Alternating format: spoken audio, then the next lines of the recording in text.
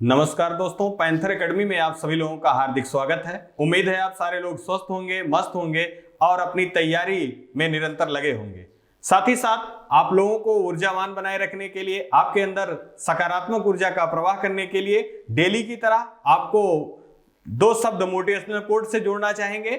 देखिए, काम करो ऐसे की पहचान बन जाए, चलो ऐसे की निशान बन जाए, अरे जिंदगी तो हर कोई काट लेता है, अगर दम है तो जियो ऐसे की मिसाल बन जाए। मतलब आपको यह बताने की कोशिश की गई है कि आपने जिस सपने को देखा है, उस सपने को अगर आप पूरा नहीं कर पाते हैं तो आपके लिए सबसे बड़ी दुर्भाग्य की बात यही होगी। आप जिस सपने को आपने देखा है, उस सपने के लिए निरंतर प्रयास करिए और आप एक दिन सफल होके ही रहेंगे। इसी क्रम में हम लोग आज का सेशन स्टार्ट करते हैं और आपसे पुनः एक बार यह रिक्वेस्ट है कि आप सेशन में बने रहिए। ये बहुत महत्वपूर्ण प्रश्नों का संकलन है और यहां से आपको निश्चित ही लाभ मिलेगा। आइए हम लोग सेशन की शुरुआत करें और देखते हैं ये सेशन का पहला प्रश्न। देखिए, यहां दिया गया है, हाल ही में उत्कृष्टता के लिए प्रधानमंत्री पुरस्कार से किस योजना को चुना गया। अब यहां पहला विकल्प दिया गया है उड़े देश का आम नागरिक, दूसरा प्रधानमंत्री स्वनिधि योजना, तीसरा उज्ज्वला योजना, चौथा दिया गया है ए और बी दोनों। इस क्वेश्चन का जो सही आंसर होगा विकल्प नंबर ए सही होगा, उड़े देश का आम नागरिक। इसी को शॉर्ट में उड़ान योजना के नाम से भी जाना जाता है। दोस्तों, इसका प्रारंभ कब हुआ था? तो 2016 में इसको प्रारंभ किया गया था और इसका मुख्य उद्देश्य जो था, नॉर्मल सामान्य जनमानस को एयरलाइन सेवाओं की सुविधा उपलब्ध कराना इसका मुख्य उद्देश्य था। अब इसी उड़े देश का आम नागरिक या उड़ान योजना को प्रधानमंत्री पुरस्कार से सम्मानित किया गया है। साथ ही साथ अगर हम बात करें प्रधानमंत्री स्वनिधि योजना, ये भी बहुत चर्चित योजना है क्योंकि इसका संबंध सीधे समाज के उन लोगों से है दोस्तों जिनका जीवन यापन डेली बेसिस पे, मतलब जैसे आप स्ट्रीट वेंडर के रूप में मोची हो गया, चाय की दुकान चलाने वाला हो गया, साथ ही साथ सब्जी बेचने वाला हो गया, फेरी वाला हो गया, धोबी हो गया, नाई हो गया, इन सारे के जीवन से संबंधित है। विगत कोविड काल में इन सारे लोगों को बहुत ज्यादा समस्याओं का सामना करना पड़ा, तो सरकार के द्वारा ये कोशिश की गई कि ये अपना जीवन यापन पुनः प्रारंभ करने के लिए कुछ आर्थिक सहायता से अपना जीवन प्रारंभ करें। तो इसीलिए ये योजना प्रारंभ की गई, प्रधानमंत्री स्वनिधि योजना। हाल ही में आवास और शहरी मंत्रालय के द्वारा भारत के 126 शहरों में इस योजना को और ज्यादा विस्तारित किए जाने की योजना की गई है। अगर हम यही बात करें दोस्तों उज्ज्वला योजना की, तो इसकी शुरुआत 2016 में बलिया से किया गया था और इसमें गैस कनेक्शन मुफ्त उपलब्ध कराना इसका मुख्य उद्देश्य था। लेकिन दोस्तों ध्यान रहे, अगर उज्ज्वला योजना है तब इसका प्रारंभ 2016 में किया गया था और बलिया से। लेकिन अगर 2.0 उज्ज्वला योजना पूछा जा रहा है दोस्तों, तो यहां इसका जो संबंध होगा, तो ये इसका उद्घाटन जो किया गया है आवरण, ये महोबा से किया गया है 2021 में। इस क्वेश्चन को आप ध्यान रखिए, ये सारे प्रश्न जो है आपके लिए अत्यंत महत्वपूर्ण है। आइए इसी क्रम में हम अगला प्रश्न देख लेते हैं। देखिए, हाल ही में प्रधानमंत्री नरेंद्र मोदी जी ने किस राज्य में भगवान हनुमान जी की 108 फीट की प्रतिमा का अनावरण किया? पहला विकल्प दिया गया उत्तर प्रदेश, दूसरा गुजरात, तीसरा हरियाणा, चौथा दिया गया पंजाब। दोस्तों, इस प्रश्न का जो सही आंसर होगा विकल्प नंबर आपका बी होगा, गुजरात। अब ये जो 108 फीट की हनुमान जी की मूर्ति का अनावरण किया गया, अब ये किस योजना के अंतर्गत किया गया है? तो चार धाम परियोजना के अंतर्गत देश के चारों हिस्सों में हनुमान जी की मूर्ति लगाने जाने की अनुशंसा की गई है। इसी परिप्रेक्ष्य में पहला जो है वो हिमाचल प्रदेश, दूसरा आपका गुजरात और तीसरा आपका रामेश्वरम में रखा गया है। अगर यही हम बात करें चार धाम परियोजना की, तो हाल ही में चार धाम परियोजना की समिति के अध्यक्ष के रूप में ए के सीकरी जी को नियुक्त किया गया है। यह प्रश्न भी महत्वपूर्ण है, आपसे पूछा जा सकता है कि चार धाम परियोजना के अध्यक्ष, समिति के अध्यक्ष कौन नियुक्त किए गए हैं? तो वह ए के सीकरी जी हैं। अगर हम यही बात कर लें उत्तर प्रदेश से संबंधित जानकारी के बारे में, तो हाल ही में राष्ट्रीय जल पुरस्कारों का घोषणा किया गया राष्ट्रपति महोदय जी के द्वारा। तो प्रथम स्थान पे उत्तर प्रदेश को पुरस्कार प्राप्त हुआ, जबकि राज्यों की श्रेणी में, लेकिन अगर संगठन की श्रेणी में बात की जाए दोस्तों, तो माता वैष्णो देवी श्राइन बोर्ड को संगठन के रूप में पहला स्थान मिला है। दूसरे स्थान पे राजस्थान है और तीसरे स्थान पर तमिलनाडु है। अगर हम यही बात करें दोस्तों हरियाणा की, तो इसका गठन 1966 ईस्वी में किया गया था और हाल ही में 35वां सूरज कुंड मेला का आयोजन कहां किया गया, तो वो हरियाणा में किया गया। साथ ही साथ अगर हम बात करें पंजाब के बारे में, तो पंजाब में हाल ही में विधानसभा का चुनाव हुआ है, तो वहां पर 117 मतलब विधानसभा की टोटल 117 सीटें हैं, जिसमें 92 सीटें आम आदमी पार्टी आप पार्टी ने जीता और अपने मुख्यमंत्री पद के रूप में यहां पर कार्यरत हैं। साथ ही साथ आइए अगले प्रश्न को देखें। देखिए यहां जैसा कि आपसे कहा गया है कि बार बार स्ट्रेटेजी को जीके को हम लोग रिवाइज करते रहेंगे, जिससे भूलने की समस्या समाप्त हो जाए। देखिए यहां दिया गया इकबाल सिंह लालपुरा को कहां नियुक्त किया गया है, तो ये अल्पसंख्यक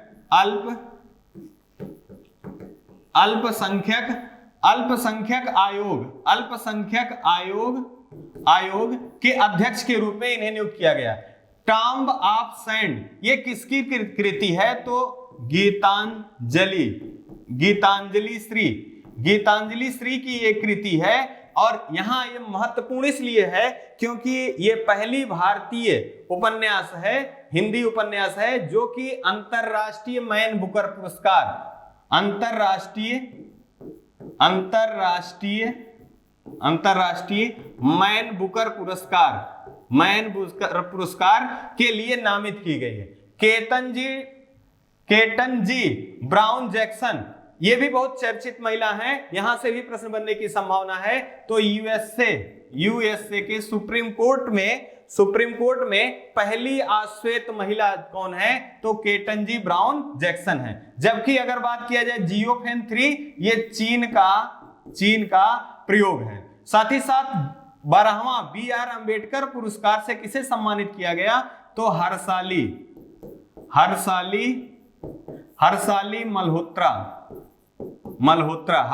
मल्होत्रा को 12वां BR अम्बेडकर पुरस्कार से सम्मानित किया गया। दोस्तों एक छोटा सा भूल समझिए, पिछले जो आपके वीडियोज हैं उसमें जाने अनजाने में जापान की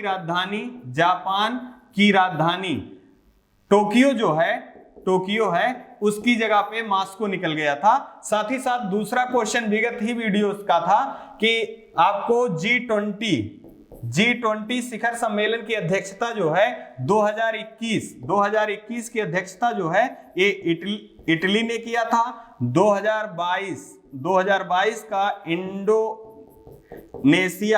इंडोनेशिया ने किया था और 2023 की अध्यक्षता जो है दोस्तों यह किसके द्वारा की जाएगी, तो ये भारत के द्वारा किया जाएगा। साथ ही साथ एक क्वेश्चन और भी था ज्ञानपीठ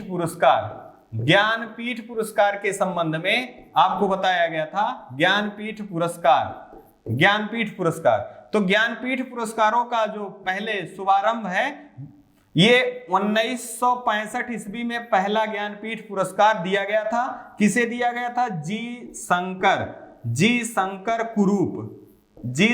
कुरूप जी को दिया गया था। वहां ध्यान न आने के कारण और आपके कमेंट पढ़ने के आधार पर वो गलती हो गया था, जहां की आपको बताया गया था कि ज्ञानपीठ पुरस्कार सबसे पहला ज्ञानपीट पुरस्कार हरिवंश राय बच्चन जी को मिला था। जबकि सबसे पहला सरस्वती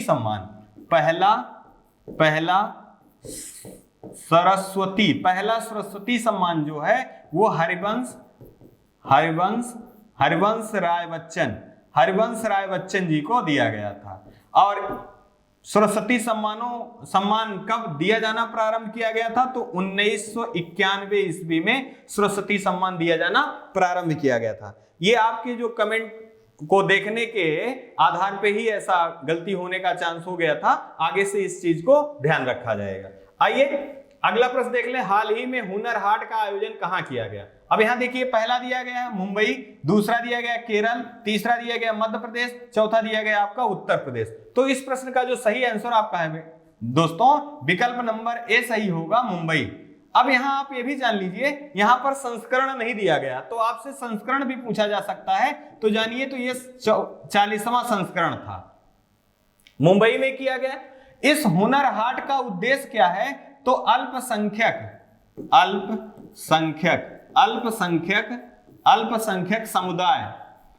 समुदाय के जीवन स्तर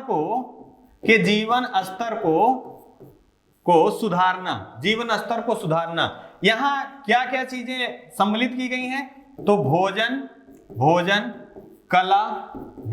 कला और संस्कृतियों का यहां पर आयोजन किया गया है। साथ ही साथ अगर हम बात करें, मुंबई जो है ये सालसेट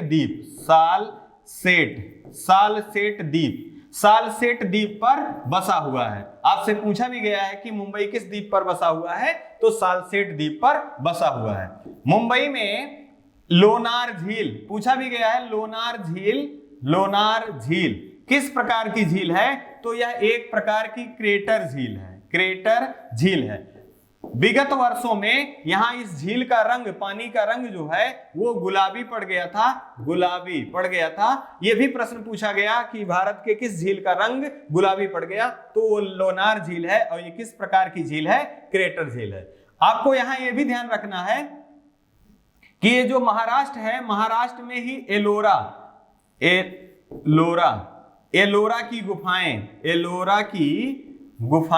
एलोरा की गुफाएं कहां स्थित हैं? तो ये महाराष्ट्र में स्थित है। साथ ही साथ बीबी का मकबरा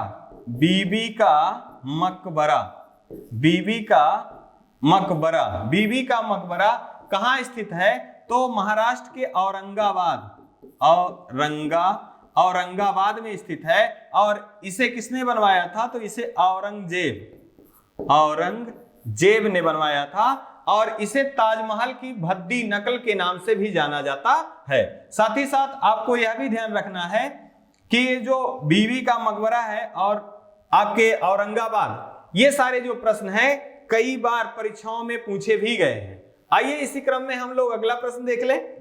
अगला देखिए, हाल ही में 45 वर्ष पूर्व लिखी एक कहानी के लिए ओ हेनरी पुरस्कार 2022 से किसे सम्मानित किया गया? मतलब यहां बात हो रही है कि 45 वर्ष पूर्व वो कहानी लिखी गई थी, अब आज 2022 में इसे ओ हेनरी पुरस्कार से सम्मानित किया गया। तो यहां विकल्प पहला दिया गया है अमर मिश्रा, दूसरा दिया गया नीलमणि फुकन, तीसरा दिया गया अरेफा जौहरी, चौथा दिया गया है आपका प्रभात पटनायक। तो दोस्तों इस प्रश्न का सही जो आंसर होगा, आपका आंसर होगा विकल्प नंबर ए अमर मिश्रा। इनकी पूर्व में लिखित जो कहानी है गांव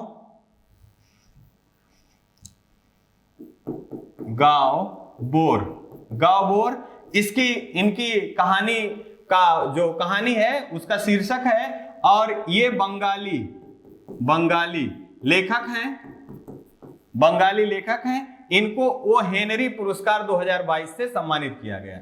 साथ ही साथ अगर हम यही बात करें नीलमणि फुकन जी के बारे में, तो ज्ञानपीठ पुरस्कार क्रम आपको यहां ध्यान रखना है। ज्ञानपीठ का 56वां ज्ञानपीठ पुरस्कार किसे सम्मानित किया गया?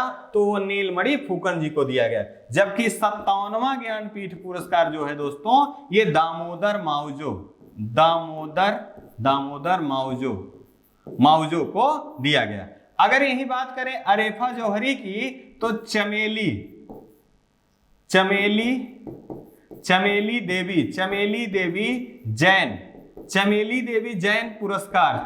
देवी जैन पुरस्कार ये पत्रकारिता के क्षेत्र में दिया जाने वाला पुरस्कार है। ये किसे सम्मानित किया गया 2021 का? तो ये 2021 में चमेली देवी जैन पुरस्कार अरेफा जौहरी को दिया गया। ये किस राज्य से संबंधित हैं? तो इनका संबंध महाराष्ट्र से है। अगर यही बात करें प्रभात पटनायक का, तो इन्हें हाल ही में मेलकम सेसिया, मेलकम आदिसेसिया पुरस्कार से किसे सम्मानित किया गया? तो प्रभात पटनायक जी को किया गया। ये कौन है? तो ये भारत के प्रमुख अर्थशास्त्री के साथ साथ ये राजनीतिज्ञ भी हैं, राजनीतिज्ञ भी हैं। इनको मेलकम आदिसेसिया पुरस्कार 2021 से सम्मानित किया गया। ये सारे प्रश्न आपके लिए अति आवश्यक हैं। आइए देखें, हाल ही में किस सरकार द्वारा 2022 में भ्रष्टाचार विरोधी मोबाइल ऐप लॉन्च किया गया? यहां बात हो रही है भ्रष्टाचार विरोधी मोबाइल ऐप। तो यहां विकल्प दिया गया, पहला उत्तराखंड, दूसरा हिमाचल प्रदेश, तीसरा असम दिया गया, चौथा गुजरात। तो इस प्रश्न का जो सही आंसर आपका होगा विकल्प नंबर ए सही होगा, उत्तराखंड।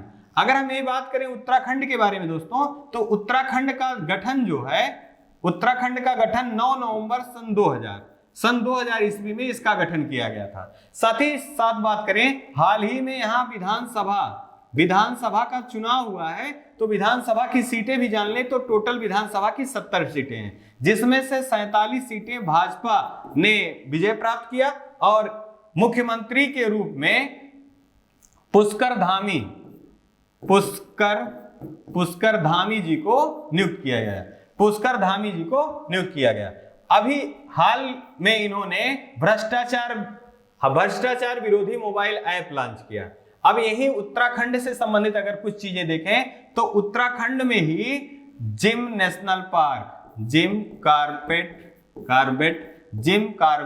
नेशनल पार्क स्थित है। इसका पुराना नाम भी परीक्षाओं में दोस्तों पूछा गया है। तो इसका पुराना नाम हेली नेशनल पार्क था, हेली नेशनल पार्क था।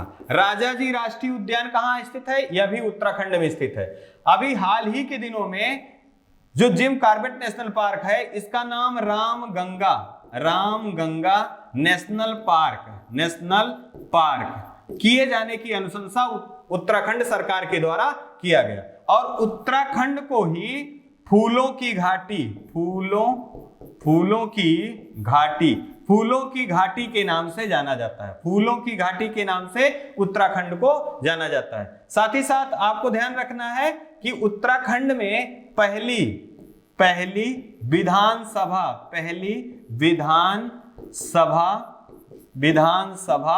अध्यक्ष के रूप में, महिला अध्यक्ष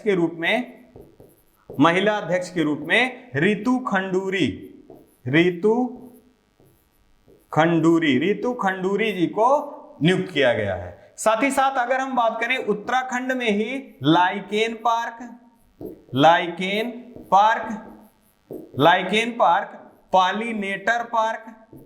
पॉलिनेटर पार्क और सबसे ऊंचा हर्बल पार्क की स्थापना कहां किया गया? तो ये उत्तराखंड में किया गया। ये सारे प्रश्न विगत परीक्षाओं में पूछे गए हैं और इनके पूछे जाने की प्रोबेबिलिटी ज्यादा है, तो आपको इनको ध्यान जरूर रखना है। मंजिल से आगे बढ़कर मंजिल की तलाश कर, गर मिल जाए दरिया तो समंदर की तलाश कर, टूट जाता है शीशा पत्थर की चोट से, टूट जाए पत्थर ऐसा शीशा तलाश कर। आपको अपने तैयारी को इतनी दमदार, इतनी जोरदार करनी है कि परीक्षा चाहे जो हो उसमें आप 100% आंसर देके ही आए। आइए इसी क्रम में हम अगला प्रश्न देख लें। देखिए अगला दिया गया है डेनिस पार्सलेन सुलेवान, इनको एबल पुरस्कार से सम्मानित किया गया। एबल पुरस्कार गणित के क्षेत्र में दिया जाने वाला नोबेल पुरस्कार के समान है। साथ ही साथ अगर गिलबर्ट होकैबो के बारे में देखें तो आईएलओ के अध्यक्ष के रूप में किसे नियुक्त किया गया? तो गिलबर्ट होकैबो को नियुक्त किया गया। फ्रांसिस कैरेस, इनको प्रित्जकर पुरस्कार, आर्किटेक्ट के क्षेत्र में दिया जाने वाला पुरस्कार जो है, ये इससे सम्मानित किया गया फ्रांसिस कैरेस को। विश्व का नवीनतम देश कौन है? तो बारबाडोस है, जिसकी राजधानी जो है दोस्तों ब्रिज टाउन है। आइए अगला प्रश्न देख लें। देखिए हाल ही में 71वां पुरुष सीनियर नेशनल बास्केटबॉल चैंपियनशिप का खिताब किसने जीता? यहां विकल्प दिए गए हैं आपके। पहला दिया गया मेघालय, दूसरा तमिलनाडु, तीसरा मध्य प्रदेश, चौथा रेलवे। दोस्तों इस प्रश्न का जो सही आंसर होगा विकल्प नंबर बी होगा, तमिलनाडु होगा। अब यहां पर यह जानना जरूरी है कि ये जो सीनियर पुरुष सीनियर बास्केटबॉल चैंपियनशिप का खिताब किसने जीता और इसका आयोजन कहां किया गया था? तो चेन्नई में इसका नेहरू स्टेडियम में इसका उद्घाटन किया गया था। यह बास्केटबॉल का आयोजन किया गया था और इसमें जो विजेता टीम रही है, विजेता टीम जो रही है यह आपकी तमिलनाडु रही है। साथ ही साथ उप विजेता के रूप में पंजाब रहा है। यह पुरुष वर्ग का था। लेकिन अगर हम महिला वर्ग के बारे में बात करें, महिला वर्ग के बारे में बात करें तो भारतीय रेलवे विजेता रही है और तेलंगाना जो है ये उप विजेता रहा है। अब यहीं पे आपको कुछ चीजें और भी खेल से संबंधित ध्यान रखना है।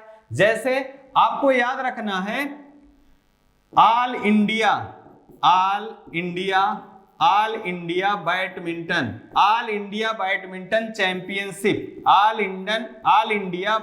चैंपियनशिप का खिताब किसने जीता? तो आपको ध्यान हमेशा, अगर ऑल इंडिया पूछा जा रहा है तो लक्ष्य सेन। अगर यहीं पे ऑल इंग्लैंड पूछा जाए, ऑल इंग्लैंड बैडमिंटन चैंपियनशिप किसने जीता? तो विक्टर एक्सल सेन ने जीता। यह क्वेश्चन बार बार आपको इसलिए रिपीट कराया जा रहा है क्योंकि यहां कंफ्यूजन होने की संभावना अत्यधिक है। आपको परीक्षा के दौरान ऑल इंडिया ऑल इंग्लैंड लगेगा और ऑल इंग्लैंड ऑल इंडिया लगेगा। इसी नाते आपको बार बार दोनों प्रश्न इसी एक ही साथ रिवाइज किया जा रहा है। साथ ही साथ आपको अगर पूछा जाए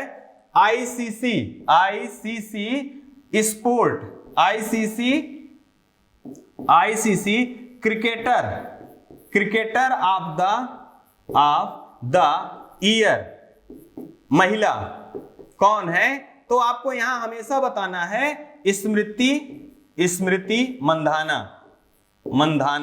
लेकिन अगर यहीं पे पूछ लिया BCC sport women of India तो आपको बताना है मीराबाई चानू।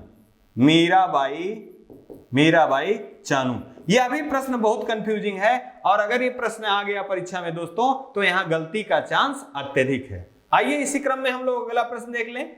अगला देखिए, हाल ही में चर्चा में रहा आईसीपीओडी का संबंध किस राज्य से है? आईसीपीओडी का संबंध किस राज्य से है? अब यहां देखिए, आपका पहला दिया गया असम, दूसरा दिया गया कर्नाटक, तीसरा दिया गया है मध्य प्रदेश और चौथा दिया गया दोस्तों पुदुचेरी।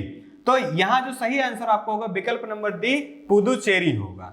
अब यहां पर देखें, अगर हम पुदुचेरी से संबंधित तो आईसीपीओडी का आशय क्या है? तो पर्यटन को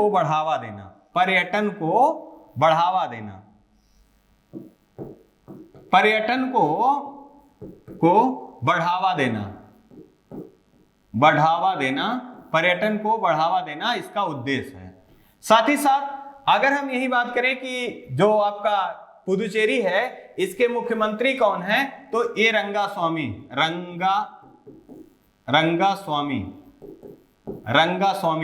और यहां के प्रशासक कौन है? तो विजयराजन सुंदर जो है यहाँ के आपके प्रशासक हैं। साथ ही साथ अगर हम यही बात कर लें पुदुचेरी का ये किसका उपनिवेश था आजादी के दौरान? ये किसका उपनिवेश था? तो ये फ्रांसीसी मतलब फ्रांस का ये उपनिवेश था और फ्रांस ने इसको भारत को कब हैंडल किया? तो 1954 ईस्वी में इसको मुक्त किया। साथ ही साथ यहीं से आपसे पूछा जाता है गोवा किसका उपनिवेश था? तो गोवा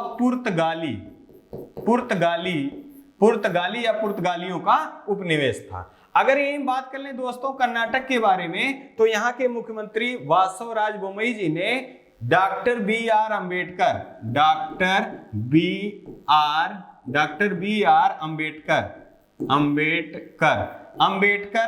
अवार्ड किसने प्रारंभ किया, देना किसने प्रारंभ किया? तो कर्नाटक के मुख्यमंत्री बासवराज बोम्मई जी ने। आइए इसी क्रम में अगला प्रश्न देख लें। अगला प्रश्न देखिए, हाल ही में यूनेस्को में शामिल किए जाने की अनुशंसा वाली साइक्लोपियन दीवार किस राज्य में स्थित है? यहां ध्यान देना है, साइक्लोपियन दीवार।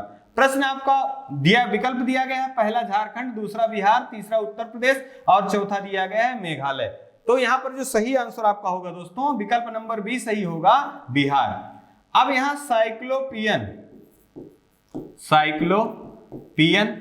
साइक्लोपियन दीवार की बात हो रही है। तो ये कितनी पुरानी है? तो ये 25,000 वर्ष, 25,000 वर्ष पुरानी है। साथ ही साथ ये किस समय की ये दीवार है? तो मगध साम्राज्य के समय बनाई गई दीवार है। इस दीवार का निर्माण क्यों किया गया था? क्योंकि मगध साम्राज्य उस समय सच्चा के सर्वोच्च पर था और अपनी सुरक्षा के लिए ये साइक्लोपियन दीवार को बनवाया गया था। किसकी बनी है? तो ये पत्थर से निर्मित है, पत्थर से निर्मित है। आपको यहां यह भी ध्यान रखना है, अभी हाल ही के दिनों में बिहार ने अपना 112वां स्थापना दिवस मनाया है। तो इसका आशा ये हुआ कि इसका जो स्थापना, बिहार की स्थापना है 1912 ईस्वी में किया गया था। साथ ही साथ अगर हम बात करें बिहार से संबंधित, तो वाल्मीकि राष्ट्रीय उद्यान कहां पर स्थित है? तो बिहार में स्थित है। हाल ही में राष्ट्रीय बहुआयामी गरीबी सूचकांक आया है। हाल ही में राष्ट्रीय बहुआयामी गरीबी सूचकांक आया है। तो सबसे ज्यादा गरीबी जो है वो बिहार में है, फिर झारखंड में है, फिर मध्य प्रदेश में है।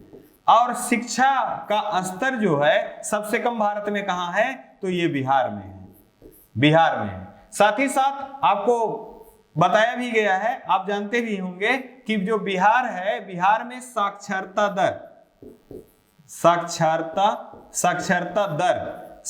दर भी सबसे कम है। और अभी हाल फिलहाल के दिनों में अगर हम बात करें दोस्तों, यूनेस्को के द्वारा लिविंग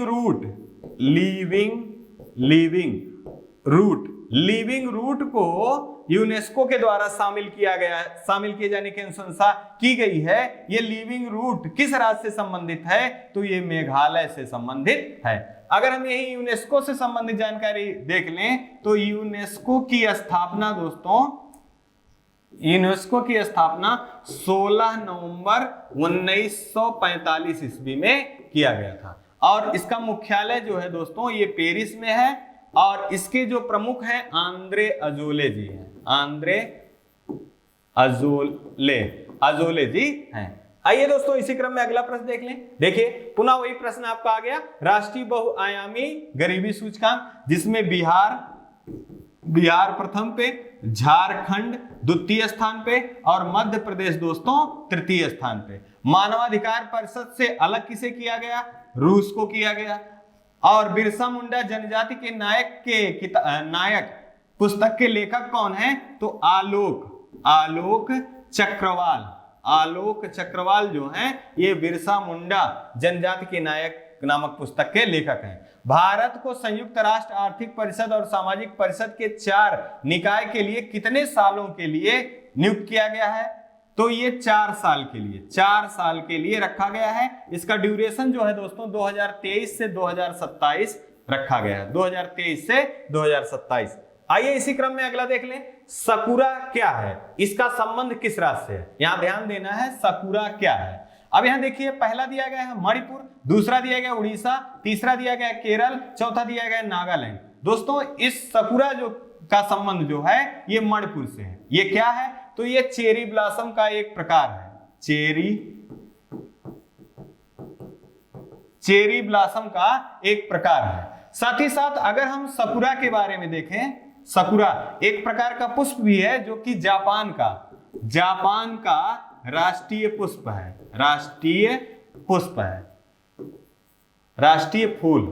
राष्ट्रीय फूल है।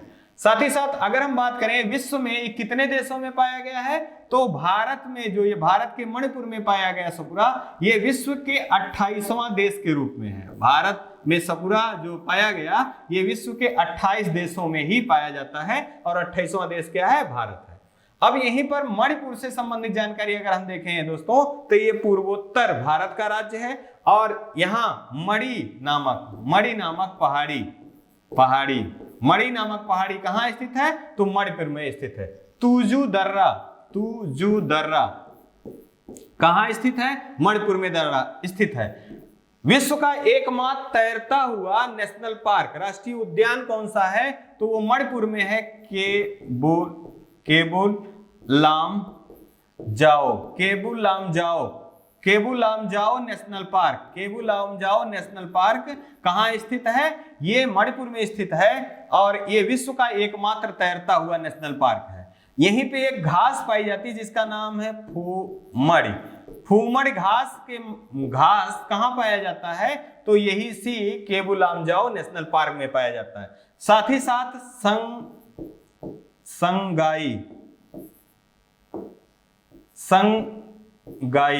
संगाई हिरण कहाँ पाया जाता है, तो इसी केबुल लामजाओ नेशनल पार्क में पाया जाता है। अगर यही बात करें अभी हाल ही में उड़ीसा के बारे में दोस्तों, तो 86वां स्थापना दिवस अपना मनाया है उड़ीसा ने। इसका स्थापना 1936 ईस्वी में हुआ था। और अगर हम यही बात करें हाल ही में एडीबी के द्वारा एशियन डेवलपमेंट बैंक के द्वारा 2 मिलियन ऋण समझौता ज्ञापन किसने हस्ताक्षर किया, तो नागालैंड ने किया, अपने यहाँ शहरी बस्ती या अपने यहाँ के संसाधनों का समुचित विकास करने के लिए। आइए इसी क्रम में हम अगला प्रश्न देख लें, हाल ही में विश्व चागास दिवस कब मनाया गया। आपके विकल्प दिए गए हैं दोस्तों, 15 अप्रैल, दूसरा दिया गया 14 अप्रैल, तीसरा दिया गया 11 अप्रैल और चौथा दिया गया है 9 अप्रैल। तो दोस्तों यहां पर जो सही आंसर आपका होगा 14 अप्रैल, विकल्प नंबर बी सही होगा। चागास दिवस कब मनाया गया, 14 अप्रैल को मनाया गया और 14 अप्रैल को ही हम वी.आर. अम्बेडकर जी की जयंती और स्वामी महावीर जी की जयंती के रूप में भी हम लोगों ने मनाया। साथ ही साथ यहाँ यह भी देखना है कि महाराष्ट्र के लातूर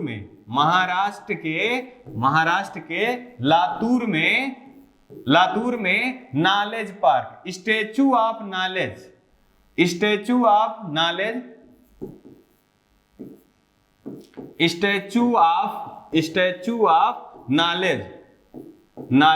का संबंध किससे है, तो स्टैचू ऑफ नॉलेज का संबंध दोस्तों वी.आर. अम्बेडकर जी से है। दोस्तों इसी क्रम में हम लोग जो अप्रैल माह के बहुत महत्वपूर्ण दिवस हैं उनको एक साथ देख के थोड़ा समराइज कर लेते हैं। तो आइए देखें, यहां देखिए दिया गया है 1 अप्रैल को उत्कल दिवस, आरबीआई की स्थापना दिवस मनाया जाता है। 2 अप्रैल को अंतरराष्ट्रीय बाल पुस्तक दिवस और विश्व ऑटिज्म दिवस मनाया जाता है। 4 अप्रैल को संयुक्त राष्ट्र का अंतरराष्ट्रीय खाद्यान्न दिवस मनाया जाता है। 5 अप्रैल को राष्ट्रीय समुद्री दिवस मनाया जाता है। 6 अप्रैल को विकास और शांति हेतु अंतरराष्ट्रीय खेल दिवस मनाया जाता है। 7 अप्रैल को आपको विश्व स्वास्थ्य दिवस मनाया जाता है। यहाँ इसकी थीम याद रखना है, आवर प्लैनेट और हेल्थ, इसका थीम है 2022 का। 8 अप्रैल को सेना आसुद कोर का स्थापना दिवस मनाया जाता है। 9 अप्रैल को शौर्य दिवस के रूप में मनाया जाता है सीपीआरएफ के द्वारा।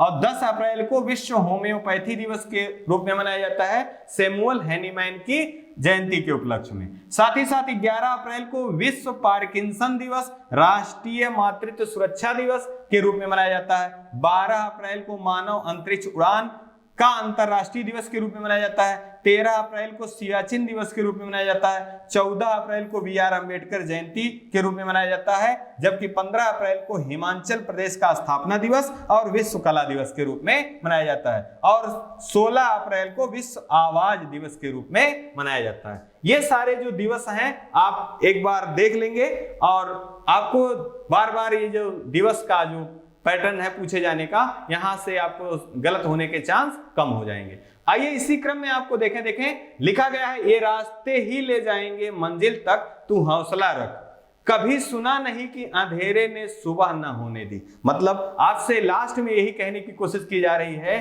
कि आप अपने मन से असफलता रूपी अंधेरे को निकाल दीजिए। ये विश्वास रखिए कि अगर आप सफलता पाना चाहते हैं और आप अगर 100% अपना परिश्रम कर रहे हैं, दे रहे हैं, तो आपको सफल होने से कोई रोक नहीं सकता। इन्हीं शब्दों के साथ आपसे विदा लेना चाहेंगे। आप अपना और अपने परिवार का, अपने से बड़ों का मान सम्मान करिए और अपने स्वास्थ्य का विशेष ध्यान रखिए। इसी क्रम में आपसे विदा लेना चाहेंगे। जय हिंद, जय भारत।